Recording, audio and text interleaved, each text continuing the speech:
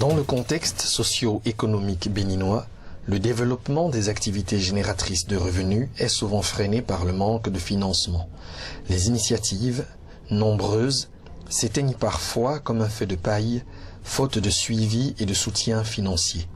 Ce facteur est un des nombreux paramètres qu'a relevé le CIR en temps des cadres intégrés renforcés. Le programme du cadre intégré renforcé est un partenariat mondial d'aide pour le commerce en action. Il réunit les pays les moins avancés, communément appelés PMA, les donateurs et les organisations internationales.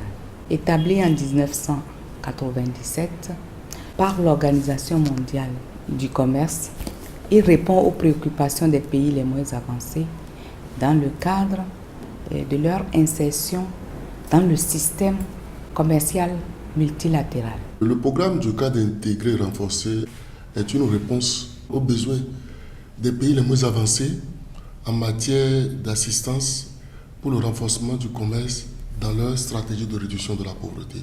Il s'agit globalement d'une initiative qui porte sur 3 objectifs essentiels, à savoir permettre aux pays les moins avancés de pouvoir intégrer le commerce dans leur stratégie de réduction de la pauvreté, d'essayer de faire jouer au commerce son rôle moteur d'accélération de la croissance, et troisièmement, de permettre aux PMA de mieux coordonner l'assistance technique liée au commerce. La mise en place du CIR, programme auquel le Bénin a adhéré en 2003, a permis de mener plusieurs actions au sein de quelques communautés du pays. Dans la cité lacustre de Soava, par exemple, des femmes ont reçu une formation en artisanat, une action qui revêt une double utilité. En effet, la matière première ici est la jacinthe d'eau, que les femmes transforment en objet d'art à vendre et par la même occasion, à travers la récolte de ces plantes, elles dégagent les voies fluviales de la localité.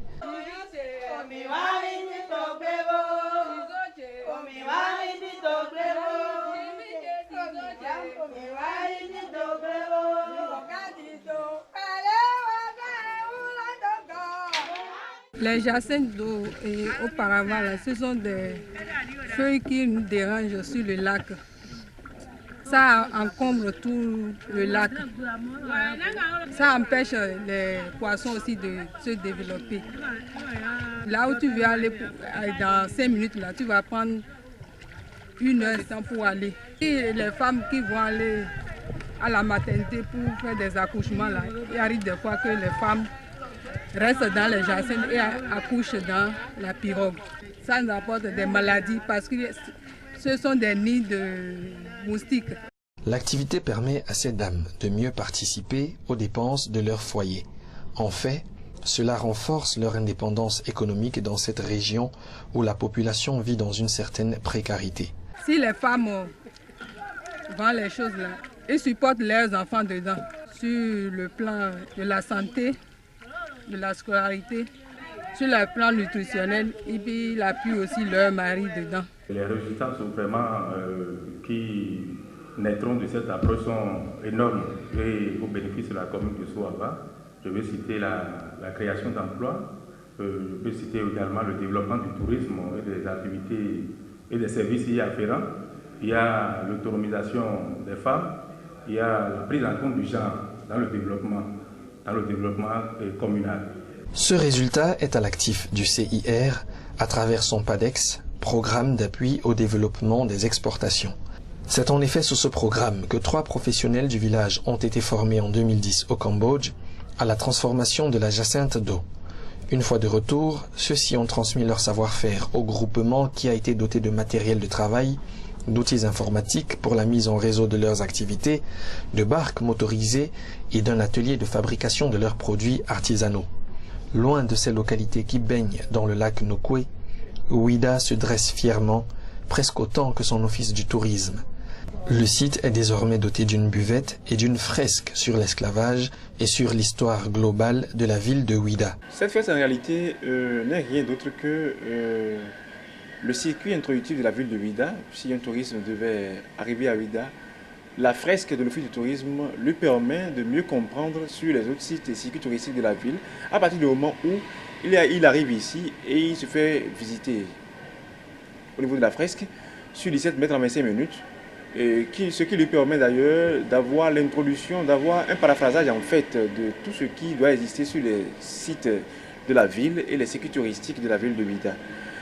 Ça permet également à ce qu'aujourd'hui nous puissions faire passer bon nombre d'apprenants par ici parce que ça relate en partie également des éléments sur l'esclavage, ce qui permet à des enfants de la classe de 4e en début de la première SA qui portent sur la terre transatlantique et de venir recueillir des informations ici afin de pouvoir répondre aux activités qu'on leur donne à l'école. La fresque m'a donné la possibilité de comprendre dans un seul tableau artistique très profond la profondeur et la richesse de cette ville, mais pas seulement de Ouidah, aussi de tous les pays. La Bouvette nous donne la possibilité de nous asseoir, de discuter, de travailler avec le computer et surtout de goûter les plats typiques béninois qui sont présentés ici.